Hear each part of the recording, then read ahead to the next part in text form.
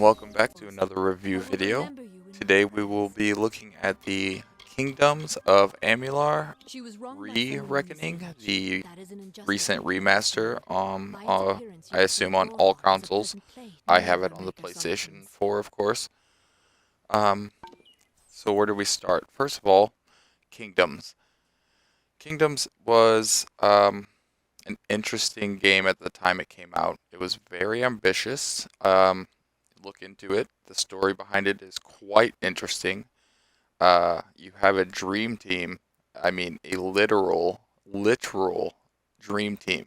R.A. Salvatore, Todd McFarlane, the guys from Elder Scrolls. Like, how do you go wrong with a game like this? Backed by EA. I mean, at the time, this was a huge feat, and all of it was funded slash produced, I guess you would say, by, of all people, a professional baseball player. I mean, what? What? Anyway, that story aside, the game turned out to be great. Let's get the comparisons out of the way. I would say it's a perfect blend of Fable and Oblivion. That's the way I look at this game. A good mix of Fable and Oblivion. It's a single-player action-adventure RPG. It is pretty much open world, I would say. It's kind of a linear open world, and it's not open from the beginning. But like Dark Souls, you make your way through the world, and then it's open as you make your way through it. It's got a pretty robust leveling and skill system. It's pretty good as far as customizing your character's build. The customization as far as making your character is pretty limited. It's not terrible. It's just, think early 2000s RPGs. It's, really good for an early 2000s RPG. But other than that, the combat is my favorite part. First of all, it's a simple, heavy attack, light attack combos. You got your special attacks that you build up, to a special move, things like that. You unlock perks and other moves and magic you can do. But for me, it's the combat, the melee, just the flow of it all. Makes me feel like some sort of RPG god. So that's really where it shines. The combat's fun. It's got a really pretty in-depth story, a lot of side quests. There's a lot to do in it, collect, things to find. My second, I guess, favorite thing in the game would be the crafting. Especially at the time it came out, it had one of the best crafting systems of any game, especially when it came to like crafting your own weapons and crafting like god tier weapons. If you play through this game, you put the hours in and you level up and you spec yourself right, you can make some ridiculous weapons. I remember I played this when it was out on the Xbox 360 so long ago.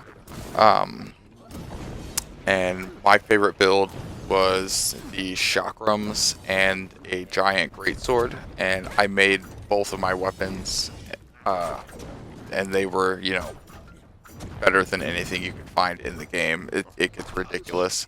So if you're into that sort of thing, this is your game. It is a little bit of a hand-holding, as far as like I said, it kind of like leads you through the world, but it is open to go back and go through and do things in the order you wish. So much like an Oblivion or an Elder Scrolls game, you have the freedom of choice in how you do things and when you do things, what order. But like Fable, it does kind of guide you through it pretty heavily. Whereas, Morrowind or any of the Elder Scrolls, they kind of leave you, Dark Souls, they all kind of like leave you to figure it out yourself. This game really does kind of treat you like a kid, I would say. There's a lot of reminders that pop up to, use your moves that you know how to use already, things like that. They didn't like go overboard with updating it, but it feels good. It looks good. It plays good so far. There is a supposed 5 hours of extra content added to the like deluxe edition.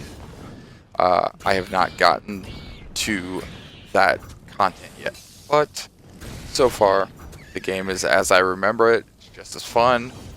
It's, you know, it looks good, plays good, like I said, flows good, feels good.